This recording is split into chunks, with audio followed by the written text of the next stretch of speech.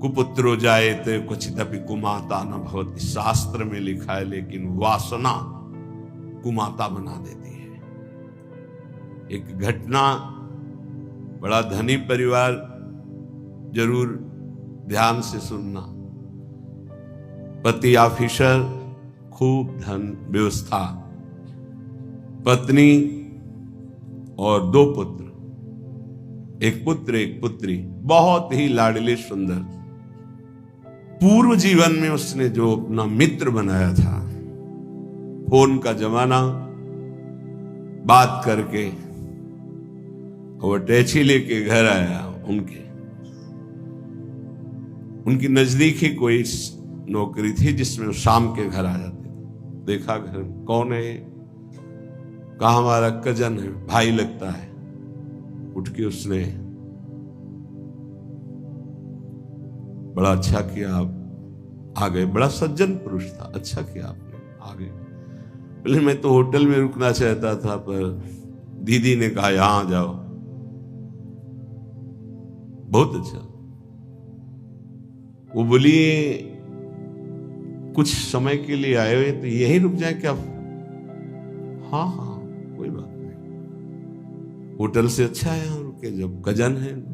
वो नहीं जानता है, और वो कहते हैं हमारा भाई, और वो कहते हैं हमारी दीदी। बच्चे मामा कहने लगे। एक दिन बच्चे अचानक कमरे में गए और देखा कि दोनों की स्थिति, भागे। वो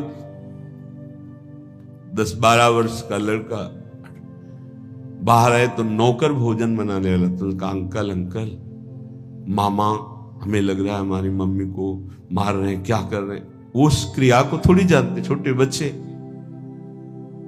तत्काल वो दौड़ा, मालकिन को क्या हुआ? तो वो असावधान थे, बच्चों को देखा ही नहीं था। नौकर ने जब देखा तो उनकी दृष्टि पड़ी। अब वो नौकर तो नौकर बाहर निकले और कहा हमें मालकिन नौकरी से मतलब, हमें क्या बोलना है। और डर गए। उसने कहा आज भोजन हम बनाएंगे अपनी रुचि का, आप बैठे। भोजन में जहर मिलाया, मीठा जहर। पहले से होगी व्यवस्था कुछ ऐसा, जैसा विधान। दोनों बच्चे बेहोश हो गए, इतना कम जहर दिया। नौकर को थोड़ा ज्यादा दिया, मरा नहीं, पर वो मरणासन में पड़ा। अब उन्होंने कहा पहले पुत्र और पुत्री को,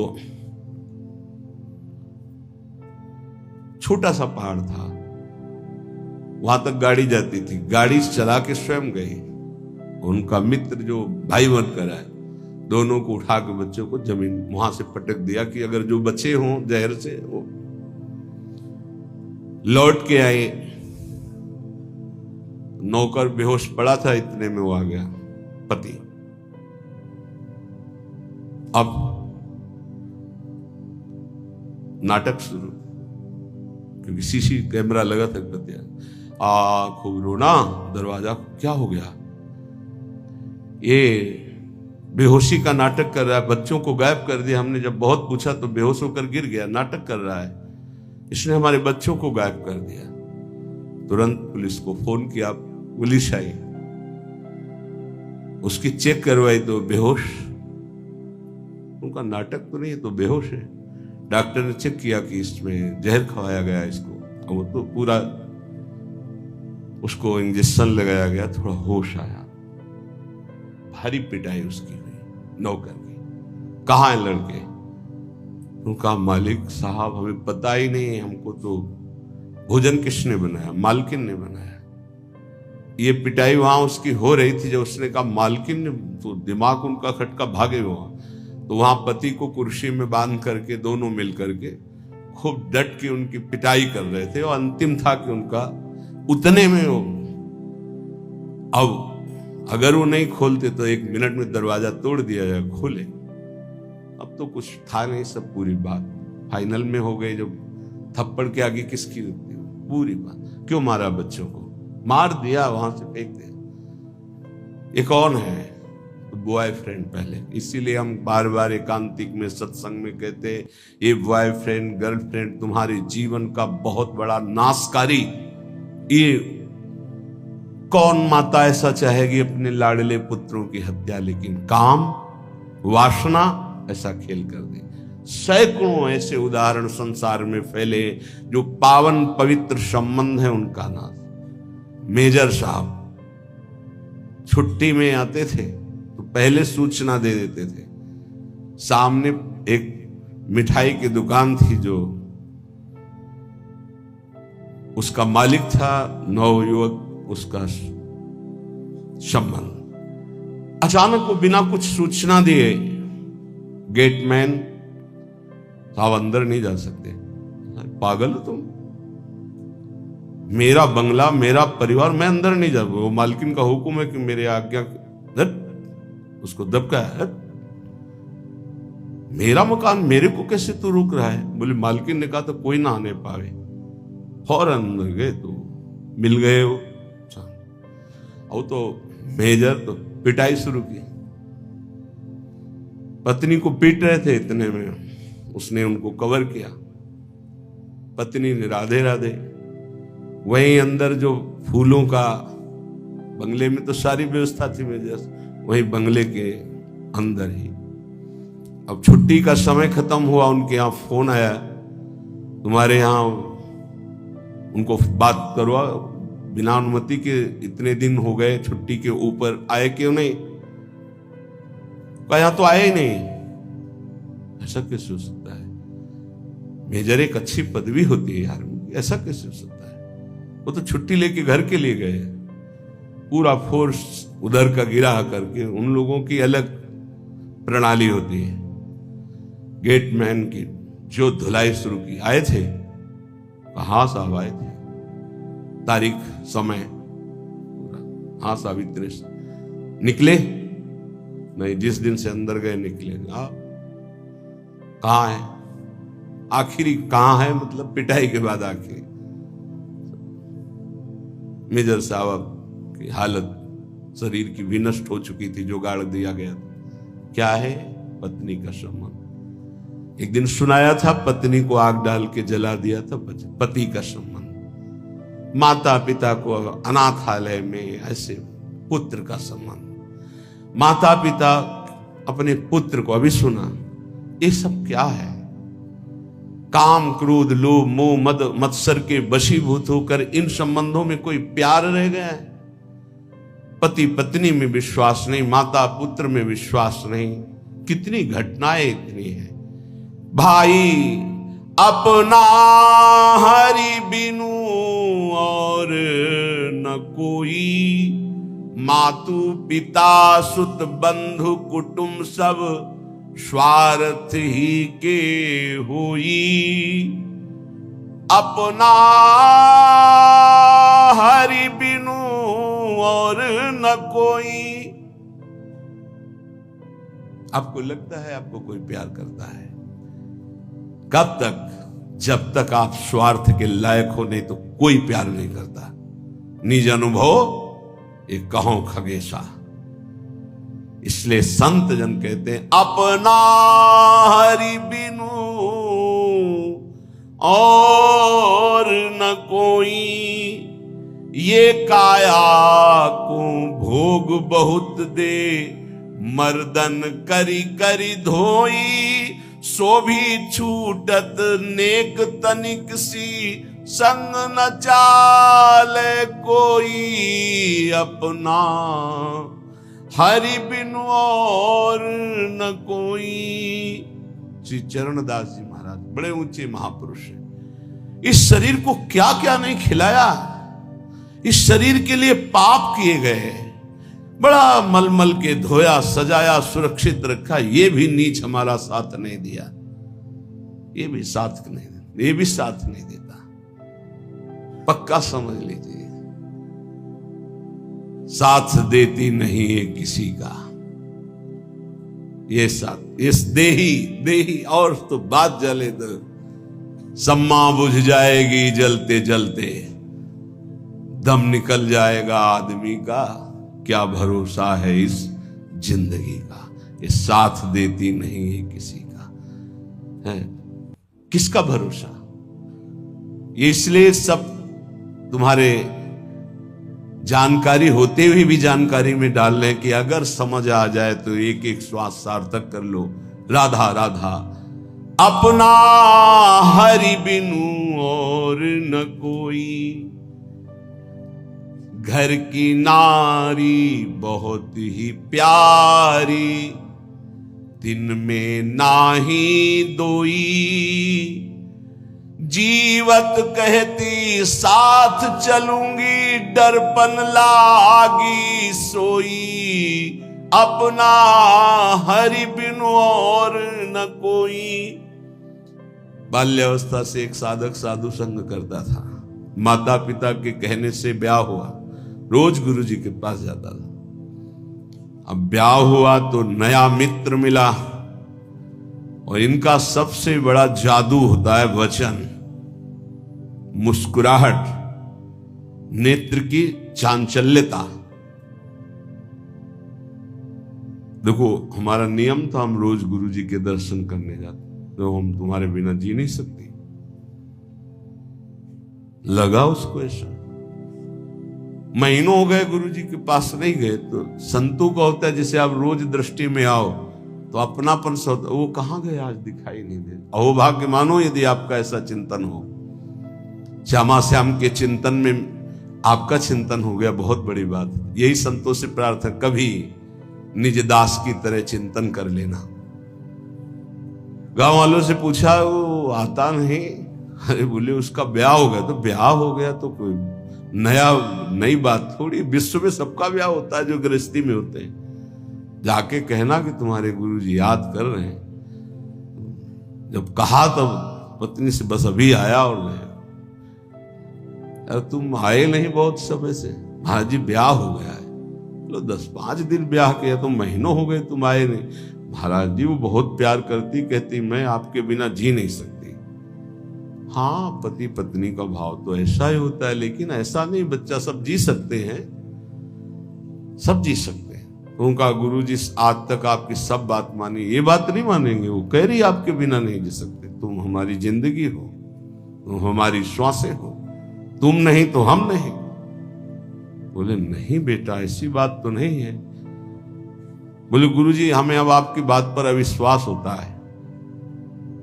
हाँ माया का जाल ऐसा ही कि गुरु की बात पर अविश्वास होगा और माया की बात पर विश्वास होगा। तुम्हें आसन का ज्ञान है जो हमने कराया? बोले हाँ है। तो हम एक प्राणायाम पद्धति बताते हैं जो 15 दिन में अभ्यास में आ जाएगी हमारे प्रभाव से। 5 मिनट 10 मिनट के लिए हम तुम्हें बिल्कुल प्राणों को स्तब्ध करने की क्रिया बता देंगे। ये पूज्य पादुड़िया बाबा में थी। ऐसे बैठ गए तो डॉक्टरों से जांच करा लो, प्राण है ही नहीं। नेत्र ज्यों के त्यों खुले जैसे मृत शरीर के नेत्र, कहीं भी नाड़ी धड़कती नहीं मिलेगी, न दिल, समाधि में स्थित। और वो संकल्पित होती कि 8 घंटा 10 घंटा, इसके बाद वो अपने आप प्राण धड़कने लगेंगे, नाड़ी चलने लगेगी। उन 5-10 मिनट के लिए, केवल इतने के लिए, और हमारे प्रताप से तुम्हारी श्रवण इंद्री सब सुनती रहेगी। 15 दिन आओ, आ जाएंगे गुरु जी। अब 15 दिन जब रोज जाने की बात हुई तो वहां रोना पीटना। उन्होंने कहा बस 15 दिन की बात है, गुरु जी की सेवा की बात है, 15 दिन में, फिर इसके बाद हम कभी नहीं जाएंगे। चलो भाई धीरे से। संतों के पास दूसरा कोई जाए तो भले सतोगुणी भाव हो तो बड़ाई करे, संग करते पड़े, अपना लड़का जाने लगे फिर नहीं सुनाई देगा। माया का बड़ा विचित्र खेल। अब वो 15 दिन में अभ्यस्त हो गया। वहां अपने सामने करवा के देखा, 10 मिनट बिल्कुल निष्पंद प्राण। संकल्प में बहुत शक्ति होती है। बोले जाओ, जाके दरवाजे, मेन दरवाजे पर प्राण स्तंभ मंत्र द्वारा करके, बकाया हम आएंगे, प्राण संचलित करेंगे संकल्प के द्वारा, और तुम्हें सुनाई देगा। वो गए, का पद्मासन नहीं लगाना, पैर फैला लेना, दरवाजे की ऐसी ओट ले लेना, पैर फैला, आराम मुद्रा, और उसमें ये मंत्र पढ़ना और प्राण संकल्पित करना। जितने मिनट के लिए हमने कहा बस इतने में हम आ जाएंगे। गया, श्वास रोकी, मंत्र पढ़ा, संकल्पित हुआ, नाड़ी चलना बंद, प्राण स्पंदन बंद, बस श्रवणेंद्रिय से सुनाई दे रहा है। पहले बहुत ऐसे महापुरुष होते थे, 6 महीना के लिए मिट्टी में समाधि ले ली, संकल्पित 6 महीना प्राणवायु ही नहीं चलेगी। 6 महीने के बाद जो समय बताया ठीक उसी समय खोल दो, खोल दिया, पीला शरीर हो गया, सब मरे नहीं, फिर प्रकट। ऐसे बहुत से गंगा किनारे सिद्धों के दर्शन किए, नकल नहीं करनी चाहिए, नहीं वही मर जाओगे, स्थिति होनी चाहिए। हाँ, अब वो हाहाकार मच गया, मेन दरवाजे पे था, लाला लाला हिलाया, नाड़ी देखी धड़, अरे रोना धोना सब मच गया, गांव के लोग आ गए, माता पिता बहू की जो स्थिति थी, छाती में हाथ मारना और रोना, वो संत भगवान क्या हुआ क्या हुआ, क्योंकि मात्र 5 मिनट का संकल्प था, 5 मिनट में प्राण स्पंदित हो जाएंगे, अपने आप चलने लगेंगे, और उतने में सारा उनको अनुभव कराना था। क्या हुआ क्या, अरे महाराज माता पिता रो के, देखो महाराज ये आपका चेला, और ऐसा कैसे हो सकता है, अभी तो बेचारे का ब्याह हुआ था, अभी कैसे जा सकता है। नजदीक गए, सबसे ज्यादा प्यार कौन करता है इनको, पत्नी ने कहा मैं। कनेर का फूल जानते हैं, ऐसे ही उसमें चरणामृत ले थे, बोले छू, ये हमने मंत्र पढ़ करके जल कर दिया, तुम पियो मर जाओगी, ये जीवित हो जाएगा।